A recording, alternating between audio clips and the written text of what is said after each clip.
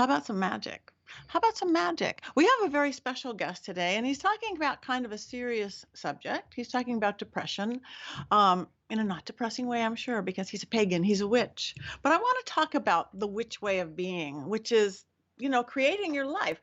As a rule, we don't just take things as it comes. Wind blows us left, we go left, and wind blows us right, we go right. Every once in a while, we go, I want to put up a fence. I don't want to get the wind. I don't want to get on me. We don't choose always to be followers because somebody tells us what to do. We want to feel it in here. I know what to do. We want to take our own lives, our own fate into our own hands. And doing that, well, there's a responsibility with that, of course. And there's different ways to do it. We do spell working, we do ritual work, we have deities we work with, we have elements we work with. Again, the craft itself could be a practice. You could be, I believe me, I know some, a Christian witch. You could be a Jewish witch. You could be, I'm just a pagan witch. And there's 900 kinds of pagans within that. But we are taking fate into our own hands. Now, if you don't even want to call yourself a witch, people do that as well. How do we create the life we want? Maybe it's by manifestation. Maybe I'm a manifester. I create things. Very new age. That's the secret. That's the law of attraction, how we create that. Now we're getting into regular psychology and psychology terms on how we do things. And there's lots of ways to do it. But the one way that everybody holds true to, even though we use completely different words and completely ways to do it, is that same old talk about it all the time mind, body, spirit philosophy. There's literally 20,000 million zillion books written about it, self-help books, spiritual books, occult books, new age books, every kind of book. Mind, body, spirit, because those are who we are. We are our mind. We are our thought pattern. Everything we create is our mind. Our body, this is our vessel while we're on this planet, whatever comes next. In our spirit, that's the magic. That's what makes us us. Whatever you believe that exactly is or where that goes. Mind, body, spirit. So you read all these books, how to get what you want, or how to manifest, or the secret, or it's a spell working book, or whatever that is. What does that mean, actually? Mind, it means we'll never surpass our own belief system. That is true. That is basic psychology, whether it has anything to do with spiritual. If you sincerely think you can never climb that mountain, you're really not probably going to do it.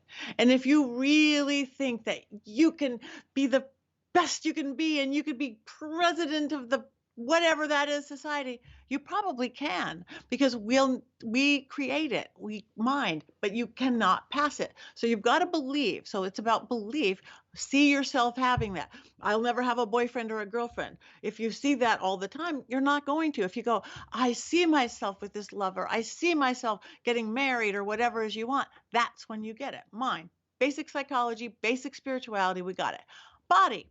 Yes, you have to take action. You have to get off the couch. You can't just go there. I want to take an exercise program and just sit there. You have to do it. This is our vessel. We get it.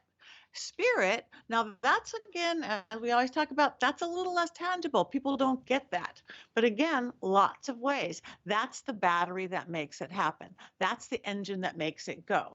You could do it through your religion, through your belief system. Go to church, go to temple, go to mosque. Prayer is a form of spirit. You're asking God or gods or your angels or somebody else to do it for you or your dragons. That's a way to do it.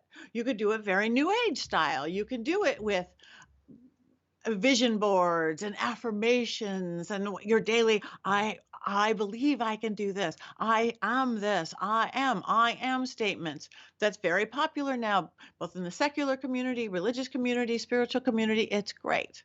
Or you could do what I would do or witches would do. Let's do a spell. Let's do a ritual, a spell working. I'm going to be carving that into this candle. I'm going to be, working my herbs and working my oils, dancing around the bonfire.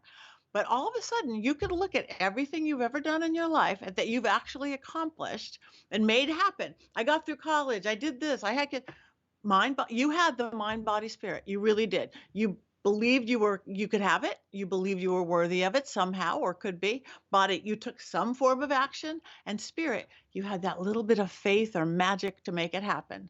Well, guess what? That's what spell working is too. If you want to get it, I want to take it. I want to make spell working. I want to make a puppet. I want to make a health puppet. I want to make something else.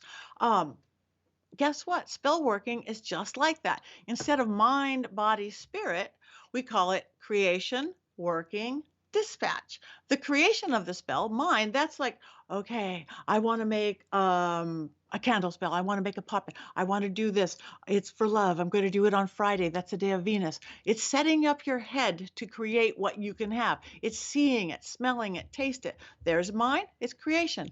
The working itself, that's the body. You are sitting there carving the candle. You are sitting there millworking the herbs. You are chanting and dancing around. Whatever it is that you are doing, working with your there's the body. And the spirit is what we call is dispatch. That's the sending it up to the heavens. Again, whether that's the drums going up or that's by the power of 3 times 3, this spell bound round shall be, or whatever you say, that is the Ma chant that gets you there. So whatever it is in your life, whether you want to call it a spell working, whether you want to call yourself a witch, whether you want to call yourself a new ager, check what you think about it. Check what you're doing about it and check that battery power that makes it happen. And unless you're breaking the laws of physics, like I can't figure out anybody who has quite enough faith yet to fly without an airplane. I think it's probably possible. That's just going to take some real faith person down the line who where we get a little deeper into that head and body and spirit. But look at the stuff you haven't quite made happen. Maybe you just need to tweak one or two of those things. Maybe you don't quite really believe that you can have it or see yourself having it or deserve to have it. Tweak it. Maybe you just haven't got off the couch. I really want to do this, but get off the couch. Or again, the spirit or power to make it happen. So let's take that thought pattern and then let's go meet this wonderful, wonderful witch, pagan, and author, Terrence P. Ward.